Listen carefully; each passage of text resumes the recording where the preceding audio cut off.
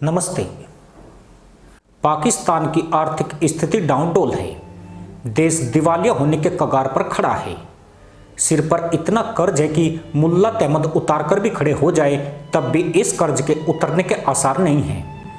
मदरसा कौम के ऊपर 123 अरब डॉलर का कर्ज लद चुका है।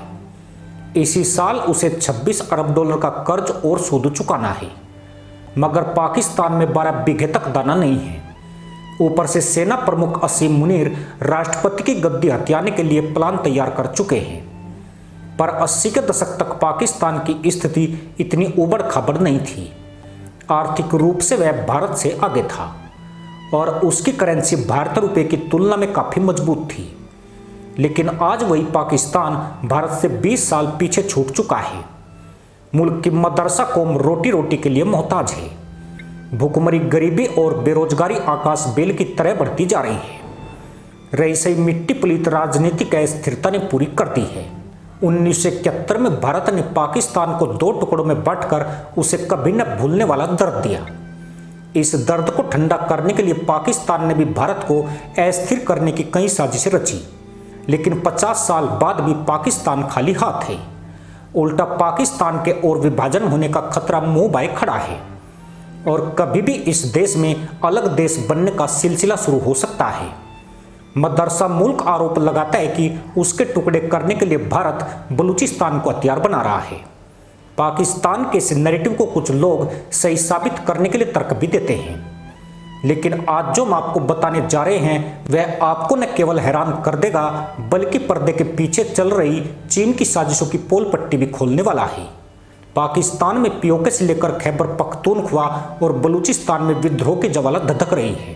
पाकिस्तान में इस विद्रोह के पीछे चीन की वे परियोजनाएं हैं जिन्होंने न केवल संसाधनों पर कब्जा किया बल्कि स्थानीय आबादी की रोजी रोटी के जरिए भी हड़प लिए। पाकिस्तान ने सिर्फ भारत विरोध के चलते चीन के हाथ में अपनी संप्रभुता को गिरवी रख दिया है, यह सोचे बिना कि चीन न केवल विस्तारवादी देश है बल्कि उसका कोई भी निवेश अपने फायदे के लिए होता है। अगर चीन किसी देश में पैसा लगाता है तो वह अपने हित देखता है। उस देश पर उसके क्या प्रभाव पड़ते हैं, चीन को इससे कोई सरोकार नहीं है। 2013 तक पाकिस्तान में सब कुछ ठीक चल रहा था, लेकिन इस वर्ष जब चीन ने बेल्ट एंड रोड इनिशिएटिव शुरू किया तो पाकिस्तान ने इस प्रोजेक्ट से जुड़ने में देर नहीं लगाई। चीन ने दुनिया को सब्ज बाग दिखाई कि इस प्रोजेक्ट के जरिए एशिया और यूरोप को जोड़ा जाएगा, जिसके लिए चीन उन देशों में सड़क, रेल, ऊर्जा और इकोनॉमिक जोन स्थापित करेगा जो BRI का हिस्सा बनेंगे। चीन के इन लुभावने वादों में पाकिस्तान फंस गया। पाकिस्तान में इस प्रोजेक्ट के अंतर्गत 7 इकोनॉमिक जोन बनाए जाने थे, लेकिन आज 2025 तक यहाँ एक भी इकोनॉमिक जोन तैयार नहीं हुआ है।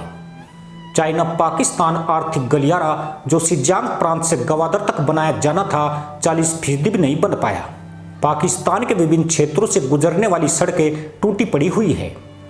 चीन ने यह परियोजनाएं इतनी लंबी खींच दी कि जिसके लिए 27 अरब डॉलर का बजट तय किया गया था, आज वह 70 अरब डॉलर से ऊपर पार कर गई है। मजे की बात यह है कि धरातल पर अभी कुछ भी नहीं है, लेकिन पाकिस्तान इस प्रोजेक्ट में चीनी खर्च पर 5 अरब डॉलर से अधिक का सूद चुका चुका है। मतलब चीन ने पाकिस्तान को कैसे लूटा, CPEC प्रोजेक्ट इसका जीवित सबूत है। पर चीन ने असली लूट तो पीओके बलूचिस्तान और खैबर पख्तूनख्वा में मचाई है, जहां आज हमें चाहिए आज़ादी के नारे लग रहे हैं। खैबर पख्तूनख्वा और बलूचिस्तान की सरहदें एक दूसरे से सटी है। पीओके में चीन जहां रोड और ऊर्जा से जुड़ी परियोजनाओं पर काम कर रहा है, वहीं खैबर पख्तूनख्वा में डैम और रोड प्रोजेक्ट भी हाथ में लिए हुए हैं। बलूचिस्तान में तो चीन इतनी गहराई तक घुस चुका है कि गवादर के समुद्री किनारे पर उसका कब्जा होने के साथ बलूचिस्तान की खादानों और अन्य प्राकृतिक संसाधनों पर भी एकाधिकार हो गया है, जिसके चलते यहाँ के लोग ठगा हुआ महसूस करते हैं।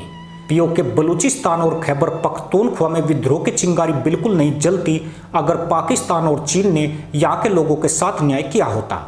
चीन ने पाकिस्तान में जितने भी प्रोजेक्ट चला रखे हैं उनमें निर्माण सामग्री से लेकर मजदूर और कुशल श्रमिक तक 90% से ज़्यादा चीन से आए हैं।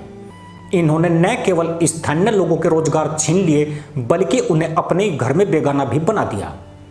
पाकिस्तान की सरकारें भी चीन के आगे नतमस्तक है। वो उनकी समस्याओं का समाधान करने में विफल रही है। जब लोगों को कौड़ियों के दाम में अपनी जमीन जाती दिखी और रोजगार के रास्ते बंद होने लगे तो उनके सामने हथियार उठाने का ही विकल्प बचता था। पाकिस्तान कोशिश करता तो क्षेत्र का उचित विकास कराकर और लोगों को रोजगार मुहैया कराकर स्थिति खराब होने से बचा सकता था, मगर इसके लिए उसने दमनकारी नीति अपनाना शुरू कर दिया, जिसने स्थानीय आक्रोश को और भड़का दिया।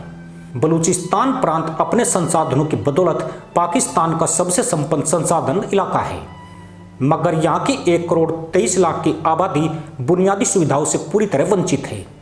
बलूचिस्तान में 70% से अधिक लोग गरीबी रेखा से नीचे जीवन यापन करते हैं। लोगों को 2 वक्त का खाना जुटाने के लिए भारी संघर्ष से गुजरना पड़ता है। अब अगर यहाँ के लोग पाकिस्तान के खिलाफ हथियार उठा रहे हैं तो इसका जिम्मेवार भारत कैसे हो सकता है। इन्हें इस हालत तक पहुंचाने का पूरा श्रेय पाकिस्तान और उसके आका चीन को ही जाता है, जो मिलकर बलूचिस्तान को तो लूट रहे हैं मगर बदले में उन्हें गरीबी, बेरोजगारी और सेना की गोलियां देते हैं। ये बातें बताई नहीं जाती, नजर लग जाती है। चीन को इस मुद्दे से कोई मतलब नहीं है कि पाकिस्तान कितने टुकड़ों में बिखरता है। उसे पाकिस्तान की संप्रभुता से कोई लेना देना नहीं है। इन मुल्लाओं की तुलना में चीन इनसे भी बड़ा सातिर है। वह तब तक पाकिस्तान को निचोड़ता रहेगा जब तक उसके मतलब की एक बूंद भी पाकिस्तान के भीतर है, या फिर चीन के खिलाफ पाकिस्तान में विद्रोह नहीं होता है। इसमें हैरत की कोई बात नहीं है कि पाकिस्तान में जहाँ जहाँ चीन के कदम पड़े वहाँ पर विद्रोही गुट खड़े हुए हैं। सिंध प्रांत के बंडल द्वीप को भी चीन को सौंपने की तैयारी हो रही थी, जिसकी भारत से दूरी कुछ 100 किलोमीटर दूर है। पर जैसे इसकी चर्चा ने जोर पकड़ा वहाँ चीन के खिलाफ आवाज़ तेज हो गई। बाद में पाकिस्तान सरकार ने इस डील को ठंडे बस्ते में डाल दिया। इसका साफ मतलब यही है कि पाकिस्तान को भारत से कम चीन से अधिक खतरा है। पाकिस्तान अगर भविष्य में विभाजित होता है तो वो चीन की वजह से ही होगा और इसमें पाकिस्तान की नीतियां भी जिम्मेवार रहेगी। पर दिक्कत यह है कि पाकिस्तान अब पूरी तरह से चीन के शिकंजे में जकड़ चुका है। पाकिस्तान के कर्जदारों में चीन सबसे ऊपर है। घोषित और अघोषित तौर पर पाकिस्तान ने चीन से 60 अरब डॉलर से अधिक का लोन लिया है। वह उसका कर्ज तो छोड़िए, सूद तक चुकाने की स्थिति में नहीं है। ऐसे में पाकिस्तान न सिर्फ टूटकर बिखर जाएगा बल्कि भविष्य में पाकिस्तान के बचे हुए हिस्से पर चीन का ही नियंत्रण होगा। इसी के साथ अनुमति दोस्तों, जय हिंद, वंदे मातरम।